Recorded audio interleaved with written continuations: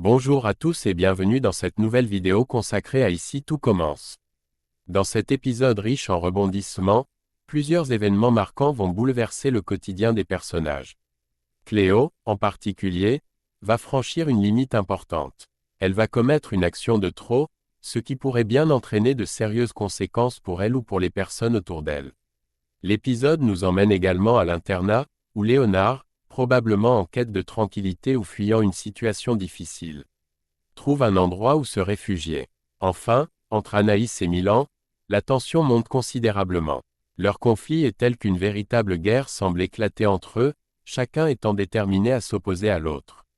Ces rivalités et ces choix risquent de provoquer de nombreux rebondissements dans l'épisode à venir, en ce mois de septembre dans Ici tout commence.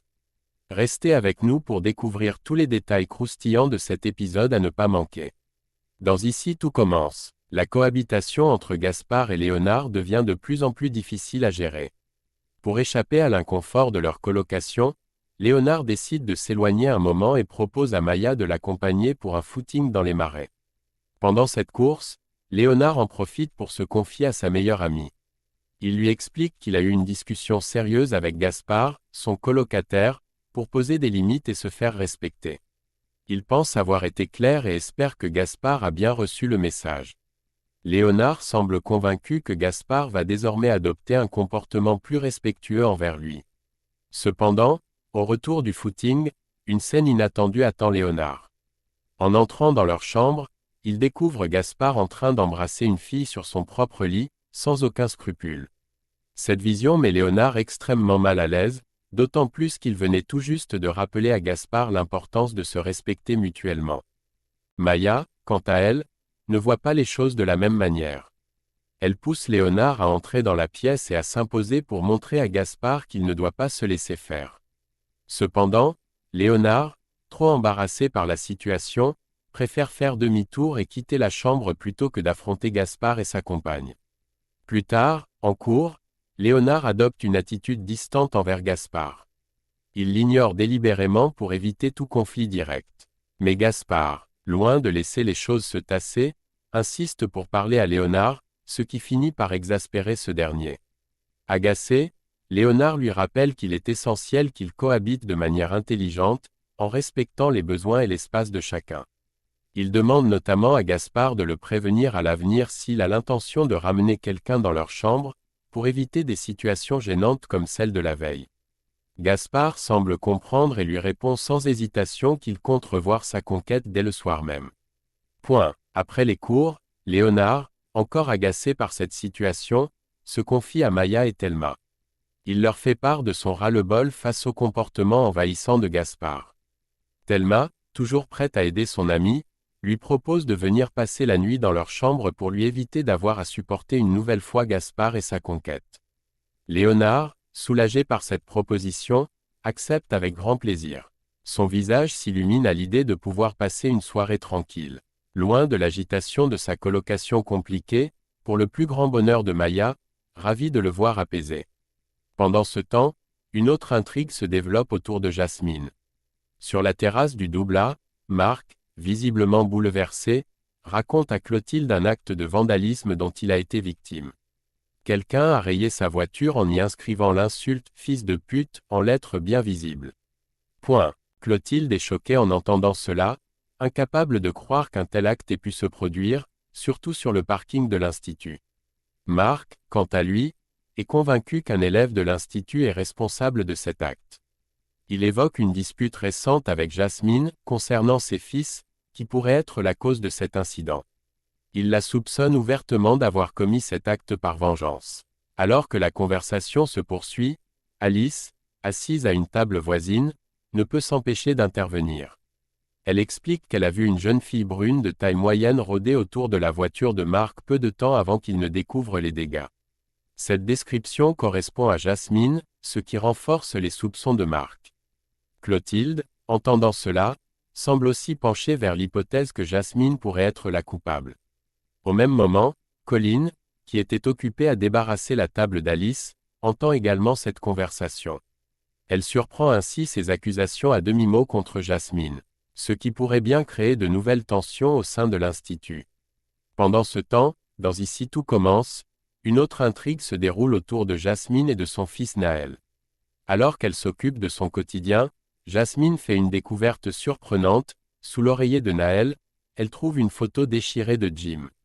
Curieuse et préoccupée, elle interroge immédiatement son fils pour essayer de comprendre comment la photo s'est retrouvée là et surtout pourquoi elle est en morceaux. Naël, avec toute la sincérité de son jeune âge, lui explique que c'est Cléo qui a déchiré la photo. Apparemment, Cléo a déchiré la partie représentant Jim et l'a jetée à la poubelle, un geste qui a visiblement affecté Naël. Le petit garçon, attaché à cette photo, a donc pris l'initiative de récupérer la partie de Jim dans la poubelle et l'a mise sous son oreiller. Cette révélation choque Jasmine, qui commence à comprendre que Cléo pourrait avoir une attitude plus complexe qu'elle ne le pensait. Peu de temps après cette conversation avec Naël, Jasmine reçoit un message de Myriel, le directeur adjoint de l'Institut, qui la convoque dans son bureau.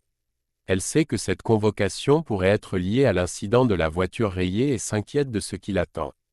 De son côté, Colin, qui a surpris une partie de la conversation concernant Jasmine plus tôt, rejoint Matteo au potager. Elle lui raconte tout ce qu'elle a entendu à propos des accusations portées contre Jasmine. Matteo, attentif, écoute Colin relater les événements, mais leur conversation n'échappe pas à Lionel, qui se trouve non loin dans la serre. Intrigué, Lionel s'approche d'eux et demande des explications. Lorsque Colin lui explique les soupçons qui pèsent sur Jasmine concernant la voiture de Marc Leroy, Lionel est stupéfait. Il ne croit absolument pas que son amie Jasmine puisse être responsable d'un tel acte de vandalisme. Dans le bureau de Myriel, la confrontation commence. Jasmine fait face à Myriel et à Marc Leroy. Elle se défend avec assurance et leur assure qu'au moment où la voiture de Leroy a été rayée, elle était en train de cuisiner à l'atelier avec Lionel. Elle ne peut donc pas être la coupable. Justement, au même moment, Lionel fait irruption dans le bureau pour confirmer ses dires. Il soutient fermement Jasmine et ajoute une nouvelle hypothèse, il pense qu'Alice, qui a vu une jeune fille brune près de la voiture, a tout simplement confondu Jasmine avec Cléo. Selon lui, cette confusion est encore plus probable depuis que Cléo a changé de look et ressemble encore plus à Jasmine. Myriel, qui semble prendre en compte cette possibilité, décide qu'il serait judicieux de convoquer Cléo pour clarifier la situation. Cependant, Jasmine, visiblement plus à l'aise à l'idée de régler cela directement, propose d'être celle qui ira parler à Cléo en premier lieu. Elle semble préférer avoir une conversation personnelle avec Cléo avant d'impliquer officiellement la direction. Myriel, sensible à cette approche, accepte la suggestion de Jasmine et décide de lui laisser cette opportunité. De retour chez elle, Jasmine est déterminée à confronter Cléo au sujet de son comportement. Face à elle, Jasmine n'hésite pas à aborder l'acte de vandalisme que Cléo a commis sur la voiture de Marc Leroy.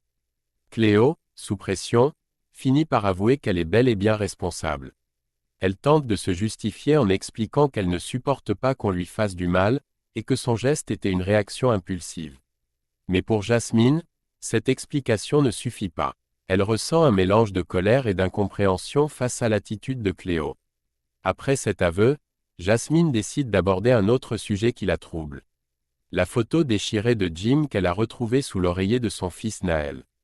Là encore, Cléo admet être derrière cet acte, expliquant qu'elle l'a fait pour protéger Jasmine, sous-entendant que Jim pourrait être une mauvaise influence ou une source de souffrance pour elle. Mais Jasmine, visiblement excédée, lui répond avec fermeté qu'elle ne lui a jamais demandé de la protéger, et que ses interventions sont non seulement indésirables, mais aussi envahissantes. Se sentant submergée par l'émotion, Jasmine sort prendre l'air pour calmer ses nerfs. Sur le parking de l'Institut, Jasmine tombe par hasard sur Jim, qui arrive à ce moment-là en scooter. En le voyant, elle se sent coupable et décide de s'excuser pour ne pas avoir écouté ses mises en garde concernant Cléo. Elle admet que Jim avait raison, Cléo, son amie d'enfance, semble développer une obsession malsaine à son égard. Alors que Jasmine commence à réaliser à quel point la situation est délicate, une nouvelle inquiétante vient s'ajouter à sa confusion. La baby-sitter de Naël les rejoint et informe Jasmine que Cléo est déjà allée chercher son fils à l'école, sans prévenir personne.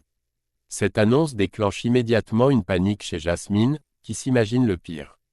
Jim, conscient de l'angoisse grandissante de Jasmine, essaie de la rassurer, lui assurant que tout va bien se passer.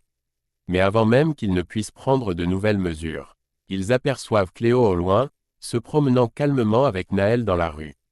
Jasmine, soulagée mais furieuse, se précipite vers eux et récupère son fils dans ses bras, le serrant contre elle avec une grande émotion. Elle reproche vivement à Cléo d'avoir agi sans prévenir, la mettant dans une situation de stress intense.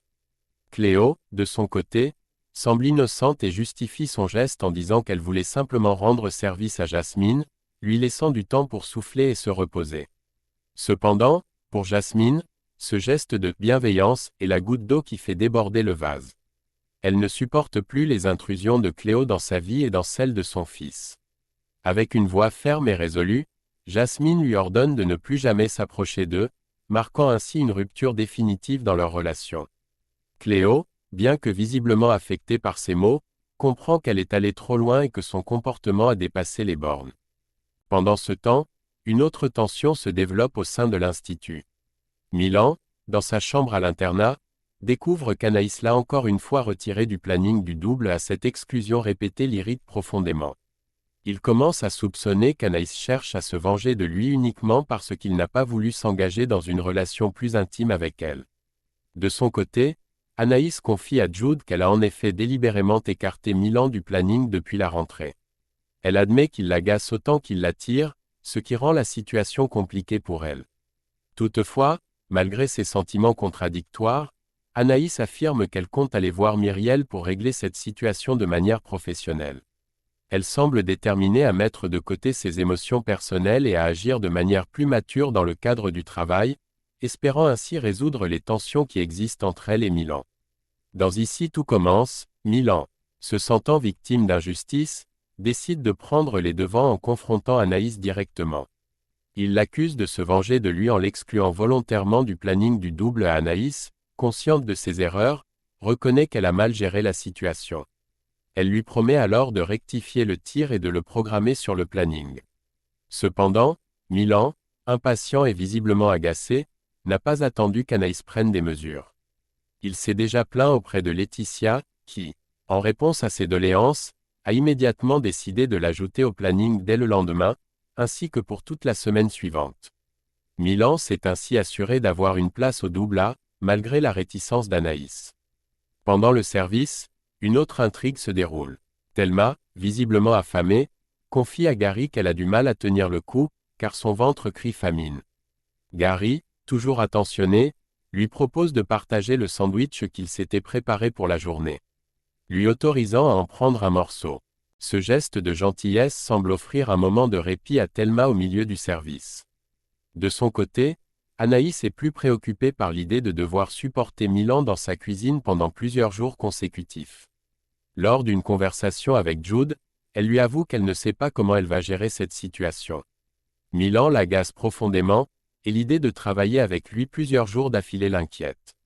Pour détendre l'atmosphère, Jude, avec son humour habituel, lui suggère de le mettre dans un coin pour l'occuper.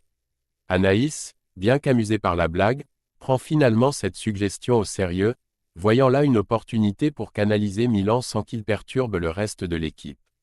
Après le service, alors que Thelma et Gary discutent avec Anaïs et lui demandent comment elle parvient à gérer ses repas tout en travaillant à un rythme effréné, une idée lui vient. Inspirée par cette conversation, Anaïs élabore un plan pour occuper Milan. Elle sait que la tâche qu'elle envisage de lui donner ne lui plaira probablement pas, mais cela lui permettra de travailler sereinement sans avoir à subir sa présence de manière trop envahissante. Anaïs se réjouit à l'avance, anticipant avec malice la réaction de Milan lorsqu'il découvrira la mission qu'elle lui réserve. Et voilà, c'est la fin de notre analyse de cet épisode plein de rebondissements des apostrophes. Ici tout commence. Entre les tensions entre Léonard et Gaspard, la confrontation explosive entre Anaïs et Milan, et les actes de Cléo qui risquent de tout faire basculer, il est clair que l'intrigue ne fait que s'intensifier. N'hésitez pas à partager vos théories et avis dans les commentaires, on a hâte de savoir ce que vous en pensez.